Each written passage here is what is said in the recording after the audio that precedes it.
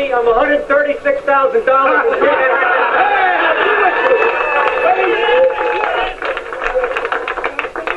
That's all? Yeah, that's all. So far! The assault on the 10th Amendment did not start with the Obama administration. It started with unfunded mandates. Right. Yes! Right. Yes. When we start looking at this thing and telling them to go back and do it over, you got to go pretty far back to get it done over right. That's right.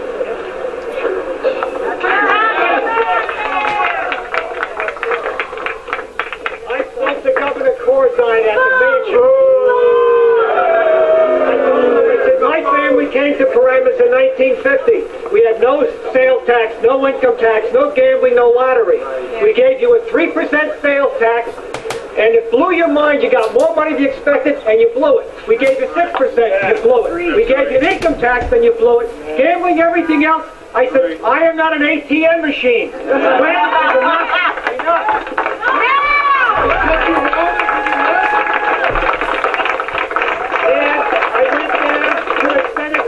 Committee, and I told them the same thing, and I gave them recommendations. I said, you got to go through this place and clean up, because for every worker in New Jersey in 1992 when Christy Whitman started, she spent $3,000. When she left, that Congress that she has down there and her was spending $6,000, or double the money. Now, use your head. If these are all essential services, how did we exist when we only spent half the money a few years ago? Answer. What they tell you is nonsense. They want to cripple you by crippling your wallet. My daughter came up to me and said, Dad, I can't afford to live in this state anymore. We're going to North Carolina. How do you think I feel? Okay? This is what you're faced with. They throw the senior citizens out because they can't afford it, and they get illegal aliens in and tell the cops to look the other way. Right. Is that your government or is it theirs? Isn't it about time we said enough is enough? No. That's enough. That's a long time ago. New Jersey. You know what they said? Republicans, Democrat, it doesn't make any difference. And you know what? They were right. It didn't. We got screwed by both of them. Exactly. That's what I said. So you're going to get there enough to your great friends and you tell your friends and we do something because as this man has said, we're going down the tubes so fast. Not the Republican Party, not the Democrat Party, but the Tea Party.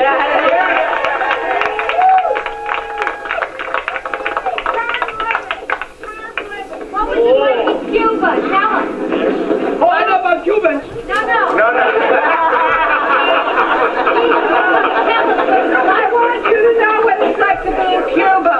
My uncle was a butcher and owned a butcher shop. In order to leave Cuba, he had to turn everything over to the government and work in the sugarcane fields for 1 year before Castro would let him come out of the country.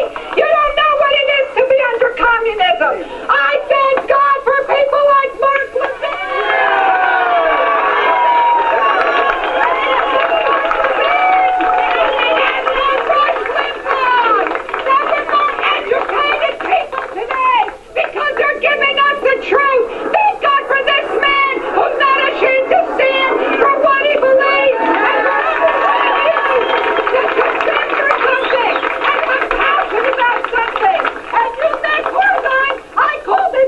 about 2 months ago, and I spoke to his secretary, and I said to him, I am an American citizen and a resident of New Jersey, and we the people are going to do our best to make sure that you are not re-elected in November.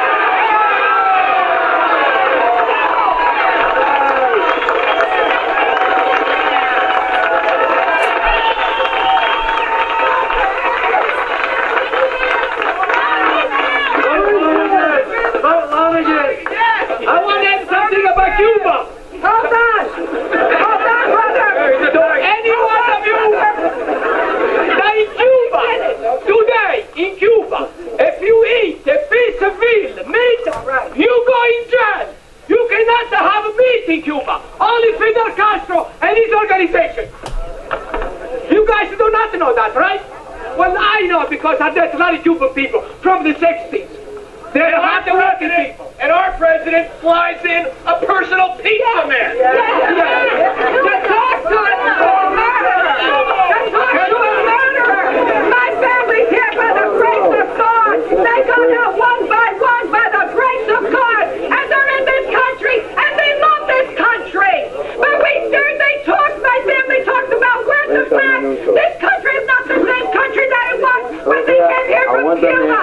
It's not the same country. And beware, people. Beware of what is happening when they speak about one world global currency, one world government, one world police, one world religion. They're going to take your religion. It's going to be a one world thing.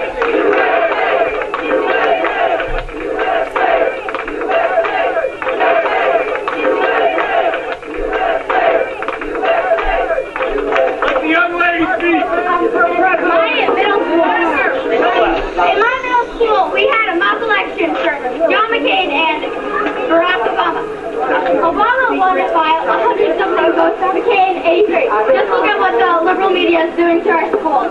They're making most of the students, future Americans, liberal.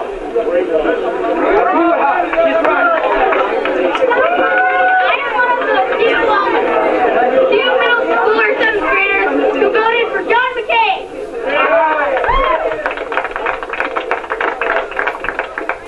I never spoke before in public. I grew up in the 60s, and believe it or not, this is my first demonstration.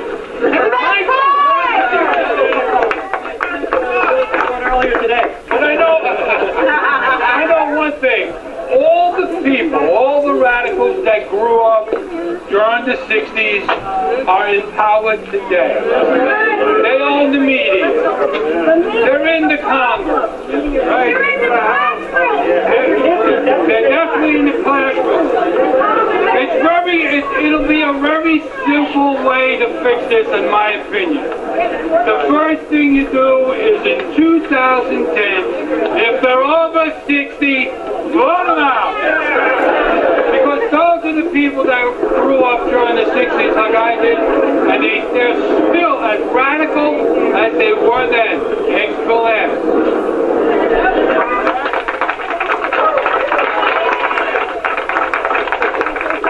Undermine us, and I just want to say America is a good country, but we're not stupid, and I just want to say that.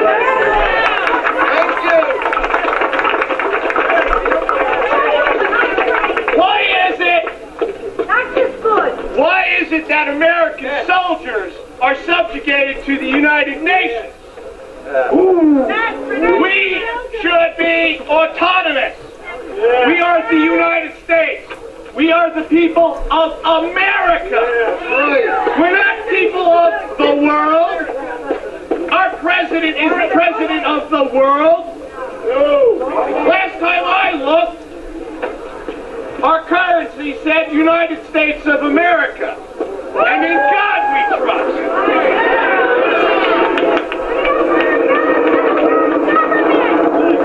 We don't want a one-world government. We want our Constitution. Yeah, then get rid of the We want the people university. in Washington to hear our voice. Get rid of the university.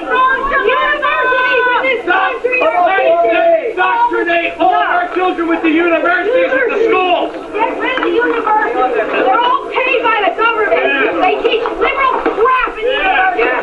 They don't teach Keynesian economics. They teach Keynesian economics. And that's all they teach. And if you're conservative, you don't have a voice in the university.